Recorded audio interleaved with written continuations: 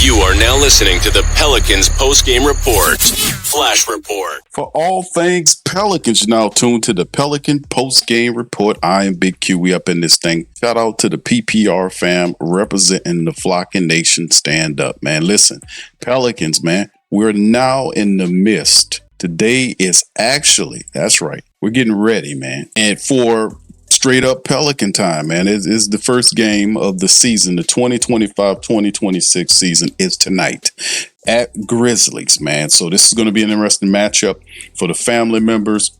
You know, you got to understand that this is going to be a very interesting matchup. Willie Green is in a very clutch year in terms of producing. Joe Dumars, Zion Williamson in the best shape of his career. We're starting the regular season off with everybody except for Kayvon Looney. We know Kayvon's going to be out. His estimated return date is November the 8th. So we'll see that. And as far as DeJounte Murray's estimated return date, you can see it on screen. They have it positioned January of 2026. Well, we hope by that time the Pelicans have gathered enough momentum where they are winning, they're handling business, and there is a sea change of events that are occurring. So Pelicans at Grizzlies tonight. Carlo's not going to be in the game. He's a game time decision. They estimate his date and saying that he's dealing with some issues, but Carlo is supposed to be a game time decision. But Kayvon's out, so is DeJounte Murray. That's understood. For the Memphis Grizzlies, Zach Edey's out, so is Brandon Clark, Scottie Pippen Jr., Ty Jerome, and Vincent Williams. It's also listed as out according to the reports. Now, with that being said, Ja Morant is anticipated to play in this game against Pelicans, which will be interesting because seeing Ja and Zion always matching up against each other is a good thing indeed. As you can see, the old matchup indicator has the Grizzlies winning this matchup there. Now, they are dealing with injuries. They are banged up. But in the Pelicans preview stream, family, is basically just talk about what the Pelicans really need to do to win this matchup. So in other words, you know, I am going to give you 10 things to watch for the Pelicans Grizzlies match out or watch out for against the Grizzlies tonight, right? Number one, Zion and Ja Morant is front. So we'll see Zion, those two together after a preseason scare. Ja Morant is off the injury report. Jaren Jackson Jr. is also available. He's a guy that always give us some problem.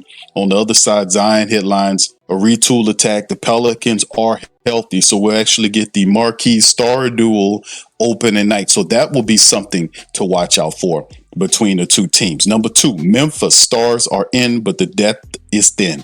The Grizzlies ruled out Brandon Clark, Zach Edey, Ty Jerome, Scottie Pippen Jr., and Vince Williams. So that's heavier minutes and usage for Ja, Triple J, and his core, and some staggering lineups to kind of cover the second unit. So they have a lot of key reserves are out. Zach Edey is the starting center. Brandon Cook's one of the top backup bigs. Ty Durant and Scottie Pippen Jr. are crucial, especially Vince Williams as well. So these are very good players in reserve capacities. The Grizzlies that are out that the Pelicans should take advantage of course. And then, of course, number three, new look Pelicans backcourt with Murray, Achilles out. Jordan Poole takes his primary creator role next to Zion and Trey. So New Orleans list, you know, with Kayvon, I talked about him being out. Doubtful is Carlo Mekovic. So Willie Green may have to lean into pace. He loves that pace and force word. And spread looks with Poole's shot creation and Zion's downhill gravity. So we've played multiple interviews on PPR about Jordan Poole and his thought process of playing with Zion Williams and what that could mean for the Pelicans, right?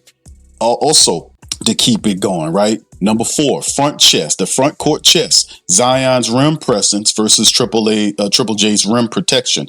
Triple J's shot blocking and switchability are Memphis's best bet at walling off Zion's drive. But with Edey and Clark out, Memphis has fewer bigs to absorb those fouls. So the glass could tilt toward Zion and Derek Queen, who's also going to be good. Plus, they have to attack the board relentlessly. Get foul coverage. It makes a foul situation, and he's less aggressive because of the fact that they're missing so many there. Utilize that to give issues, get them in foul trouble. This kind of pace total suggests fireworks. Right now the books have Memphis as they got them a lead here. They give them a nod here. So Zion with the grab and goal, Poole with the pull-ups, and the whistle-friendly opening night translates to both teams expecting a run and score type of game. So we have to watch out for that. The books think this is going to be Zion over 5.5 as a viable angle. Often, watch how often the shot rolls into the kickoffs for Trey Murphy and Herb or Poole on the relocations. If Memphis loads to the ball, Zion reads become a swing factor, and Zion's really good at seeing the court, having the ball in Zion's hands. How often will Willie Green and how often and consistent will Willie Green be with this? Numbers, the atmosphere. The tip-off is in Memphis. It's going to be opening night energy. So expect the charge building. That's also to watch out for.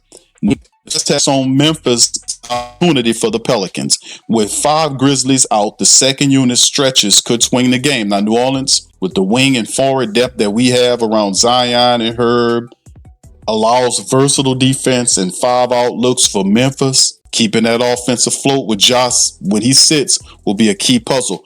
Who will shoulder the load offensively for the Grizzlies when Ja Morant has to take a break? The Pelicans can take advantage of all this. They can take advantage of all it. When Ja Morant sits, the Pelicans need to put the pressure on. Now, like we talked about the wing depth, Herb and also Sadiq Bey off the bench could also be a factor in this. Number 9, the big picture context, Poole's trade and the Pale's identity, right? The offseason, we've seen CJ switch out for Jordan. Sadiq Bey arrives.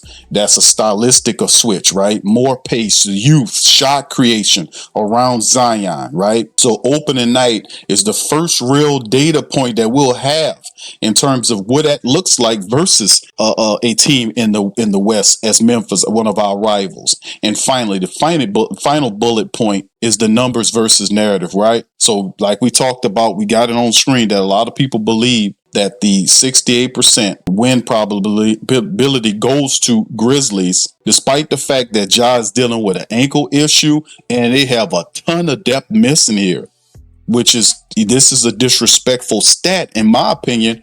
With all that being said, there's no way in the world this shit should be almost 68%. And you missing Vince Williams, Ty Jerome, Scottie Pippen, Brandon Clark, and Zach Edey, and Ja Morant got coming off an ankle, and he's not 100%. Pelican Nation take that as a disrespect. The team takes it as a disrespect and go there and handle business and smack down opening night against the Memphis Grizzlies. Handle up against the Memphis Grizzlies. That's what we need to do. All right, so with that being said, that's my 10 keys to victories in the Pelicans preview. Y'all put it to me in the comment section below. Comment in the description and let me know what you guys think about what the Pelicans need to do to secure a win against this Grizzlies club. I'm Big Q, representing PPR. Shout out to DC and Lexa and the flocking community, man. It's opening day. It's game day. Pelicans gotta show some stuff.